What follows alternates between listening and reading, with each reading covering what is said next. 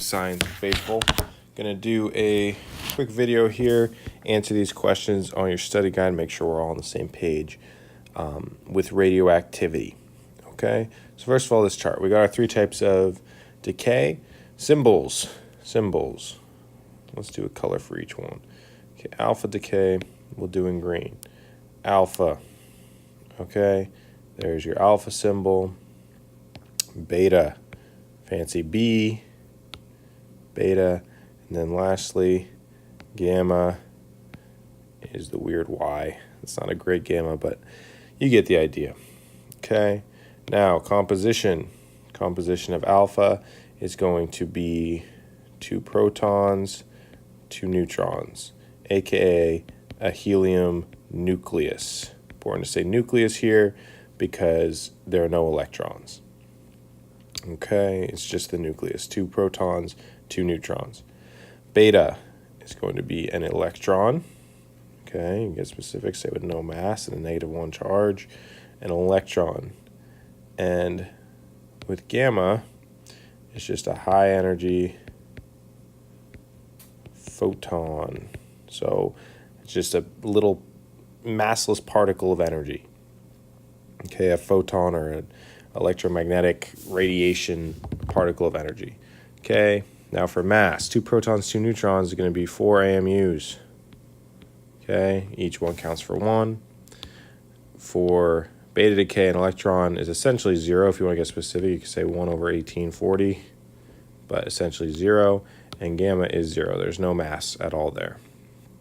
Charge, 2 protons, 2 neutrons, means you have a positive charge on an alpha particle.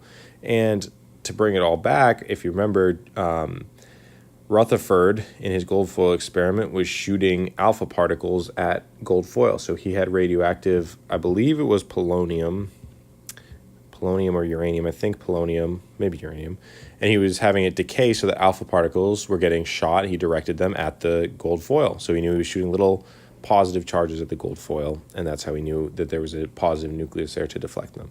Charge on a beta particle is negative, and no charge on a gamma particle or photon, whatever you want to call it. Penetrating power. Penetrating power for alpha particles is low. They're heavy. They don't travel very far, very fast, low energy. For beta particles, moderate. They're a little bit lighter, but still can't penetrate that much. And then for gamma, it's high because they're very high energy and light, so they travel far, fast. Okay, so those are the main attributes and differences of the 3 different types of decay we've talked about. Alpha decay of uranium. Okay, sorry, I kind of zoned out. I just started saying, repeating it. Alpha decay of uranium-232, this equation, okay? So we have uranium, and we know the mass is going to be 232, okay? And then when we set up an equation, we know that there's going to be, the next thing is an arrow, okay? Something's going this way, and it's going to be something plus something else. That's what we know. So we know uranium. You probably don't know the mass of uranium off the top of your head, so we come down here and we find it right here, uranium, okay? So when I said mass a second ago, I mean atomic number. It's going to be 92. So uranium, 92. Okay, and we know that it's alpha decay, so I'll keep the same color. We'll do green for an alpha particle. So that's going to be a helium nucleus with a mass of 4 and an atomic number of 2. So that means that uranium is shooting off an alpha particle. So what we get is going to be something new. So this alpha particle is getting shot off. So we know that the atomic number is going to decrease by 2 because it's losing 2 protons.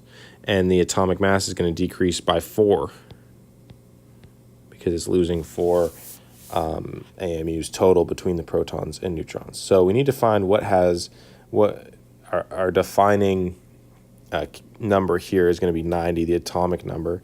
So we need to find whatever has 90 as an atomic number, and it's right here, thorium. So give it a TH.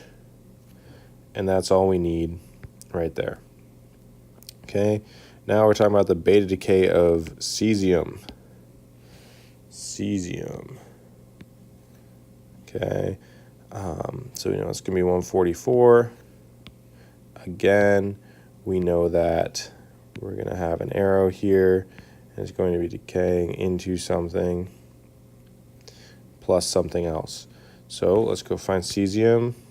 That's right here. Again, it's spelled weird, spelled like British or UPAC, I guess, which is technically the international whatever. I don't know. I don't like spelling like that. I've never seen it spelled like that before. I wasn't paying attention, I guess, to this spelling, but plenty of periodic tables have it as CES. Side note, anyway. Okay, cesium's atomic number is going to be 55. We see right there. What's the wrong color? 55. Cesium. So, and it's beta decay. So, what color did I use for beta up there? Is it purple? Yeah. Beta decay is giving off an electron with no mass and a -1 charge. So, some of you seem to have forgotten what happens during beta decay. So, I'll draw it right over here real quick. You have a neutron. Okay, and if you picture a neutron as something that has positive and negative charge, therefore being neutral, a little positive, a little negative, and it shoots out a negative charge. It shoots out this electron we're talking about. Therefore, this neutron becomes just positively charged there, and that's a proton. So we have a neutron becoming a proton, so the atomic number is going to increase by 1. So now it's going to be 56. The mass is going to stay the same. Okay, so now we need to find what has an atomic number of 56. And that's right here. It's barium. So it's going to be Ba. Okay. Now, lastly, talk about the gamma decay of beryllium-7. So beryllium with atomic number 7. Again, we set this up the same way. We need an arrow and plus something else. Okay, so beryllium, Be, right here.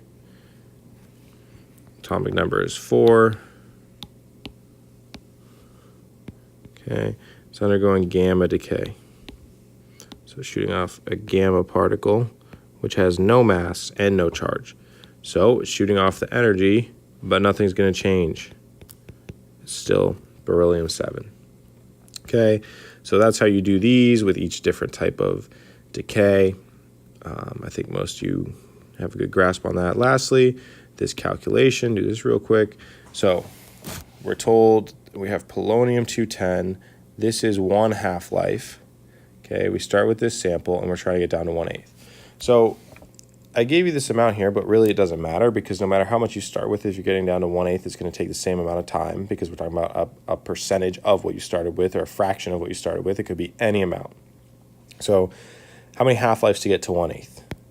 Well, 1/2 times 1/2 is going to get us to 1/4 times another half. 4 times 2 is going to get us to 1/8.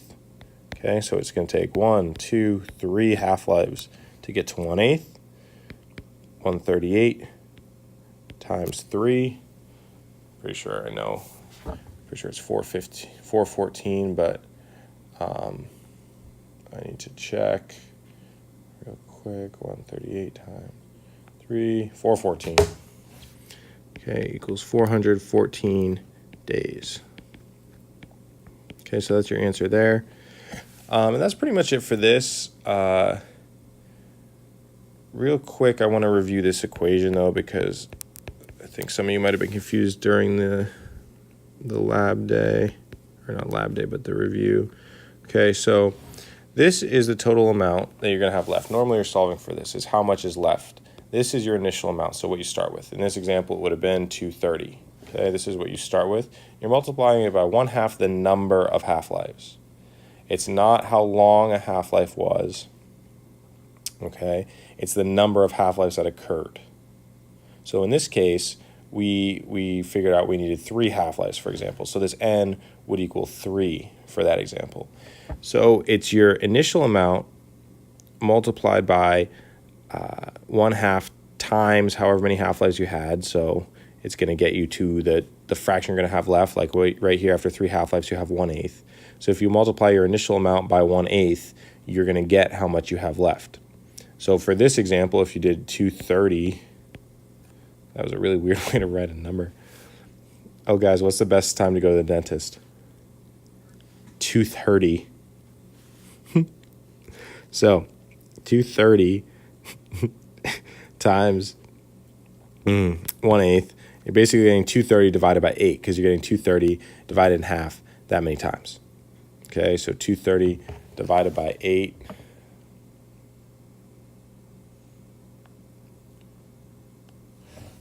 equals 28.75. So that's how many grams you'd have left.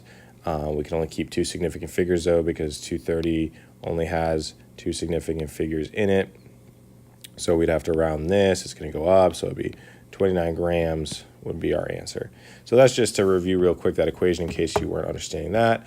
But that is the study guide for radioactivity.